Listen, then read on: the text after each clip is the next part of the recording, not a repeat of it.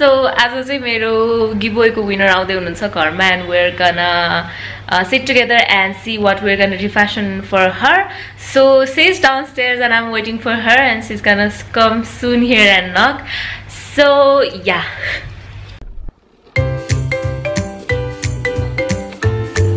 Hi. Cool. Mansaje. Okay. Hi. Oh, ito खोलेर आउला. Hi. Hi. Finally. Hi. And उसको नाम चाहिँ Sumi. Sumi. Hi. La, basa. Nice to meet you too. Oh. Let's sit. La la la. यहाँ चाहिँ सुसला बसा. मलाई the first time कसरी कहाँ भेट्यौ? When did you like explore कताबाट देख्यौ?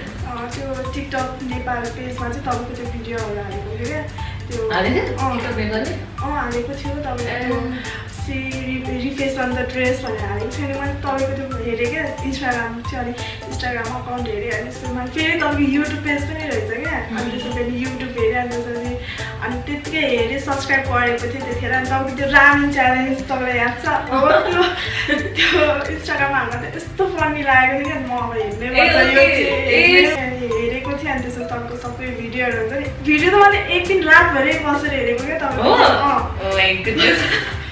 अनि सब हेरेको थिएँ अनि त्यसपछि रामेन च्यालेन्ज पछि थियो नि अनि तपाईँ अब म त रिसेन्टली थियो नि त त्यस्तो अब कतिजना तपाईँ कतिलेदेखि फलो गरिरहेको थियो अब जित्छ कि जित्दैन होला त्यो पनि टेस्ट हुन्छ नि लेट्स गिभ अ ट्राई भनेर अनि दिएँ अनि त्यसपछि अनि ठ्याक्क लाइभ अन भयो ठ्याक्क देखेको अनि ठ्याक्क कस्तो त्यही त क्या लकी भएर कि उसले ठ्याक्कै you better get my name there okay भनेर लेखिरहेको थियो होइन ऊ ठ्याक्कै त्यति बेला चुज गरेको विनर भएर कि म चाहिँ अब मेरो नाम छैन कि जस्तो भइरहेको थियो किनभने म रिसेन्ट थिएँ नि त अब छक्कै थियो अनि पछि अनि फिङ्गर क्रस भएर पछि त लास्टमा जित्दिनँ I was totally surprised.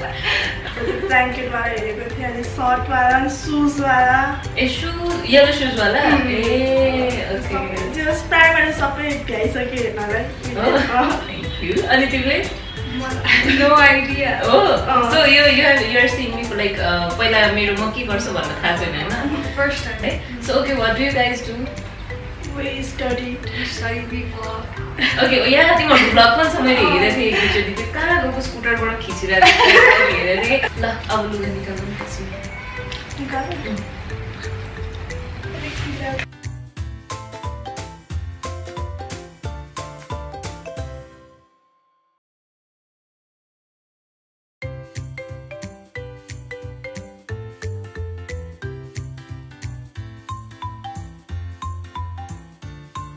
So Muna came up with 3 dresses. First one is this pants, and second one is this striped shirt, and third one is this floral maxi. Among those all, I really liked the striped shirt because the stripe pattern was pretty unique. It was black and golden stripes, so we finally decided to go with this striped shirt. ल तिमीलाई कस्तो यो शर्टको कस्तो के सोचेछ तिमीहरुले rubber तिमी rubber र एउटा option चाहिँ म के भन्छु भने अब रबर बनाउँदाखेरि चाहिँ तिम्रो फ्याब्रिक अलिक धेरै युज भएर अलिक छोटो हुन्छ हैन सो यसलाई सर्ट बनाउँदाखेरि चाहिँ तिमीले मेरो रिफासन गरेको सर्ट लिएको हैन सो सर्ट बनाउँदा चाहिँ लेट मोर स्पेस अनि यदि कम्फर्टेबल तिमी छोटो लुगा छैन भने चाहिँ सर्ट गर्दाखेरि पनि तिमीलाई बेटर हुन्छ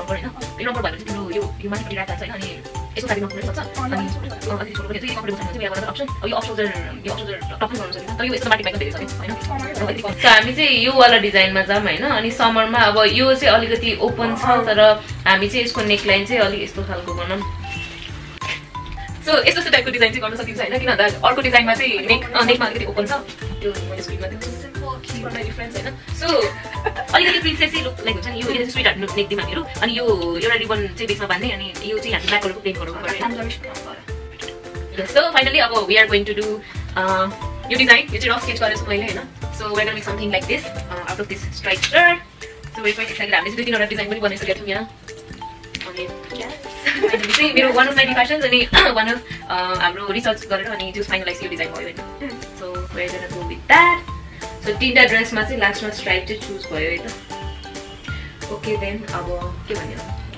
so you are excited green एकदम ल अब हामी कहिले भेट्छौँ भने 3-4 दिन पछि probably Okay guys, so we have finalized our design. We'll see you after we make this refashion, after we prepare this all. So bye. Bye guys.